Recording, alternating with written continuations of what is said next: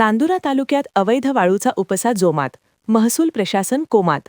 नदीत पात्रात pumping machine बसवून केला जातोय सर्रास वाळूचा उपसा. समाजवादी पार्टीने नांदुरा तहसील कार्यालयासमोर केले डफडे बजाव आंदोलन.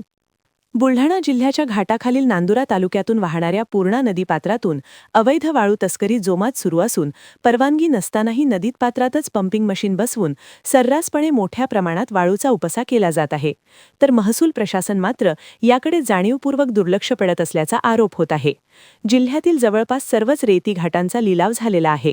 मात्र लिलावधारक वाळू घाटात पंपिंग मशीन चालवू शकत नाही असे शासनाचे आदेश असतानाही प्रशासनाला न जुमानता काही लिलावधारकांनी चक्क नदीतच पंपिंग मशीन बसवले असून त्याद्वारे सर्रास वाळूचा उपसा केला जात आहे. याबाबत समाजवादी पार्टीने अनेक वेळा प्रशासनाला निवेदन दिले. मात्र याकडे प्रशासनाचे दुर्लक्ष होत असल्याने समाजवादी पार्टीचे नेते आझाद खान यांच्या नेतृत्वात काल 20 जानेवारी रोजी नांदुरा तहसील कार्यालयासमोर डफडे वाजवून आंदोलन करण्यात आले. अवैधरित्या पूर्णा नदीत बसविण्यात आलेले पंप काढून नियम धाब्यावर बसविणाऱ्यांविरुद्ध कारवाई करण्याची मागणी आंदोलनकर्त्यांनी केली आहे. नांदुरा तालुक्यातील पलसोडा, बेलाड, रोटी या घाटात नियमांची पायमल्ली केली जात असल्याचा आरोप आझाद खान यांनी केला आहे.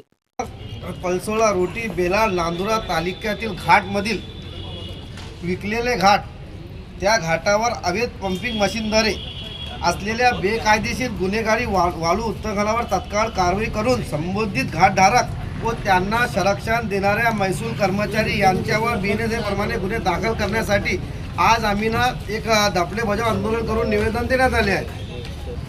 आमचे महाराष्ट्र प्रदेश अध्यक्ष लियाकत खान सर, महाराष्ट्र सचिव लियाकत खान सर आणि महिला जिल्हा अध्यक्ष ममताई मोते यांच्या प्रमुख उपस्थित आज निवेदन देण्यात आलं आहे.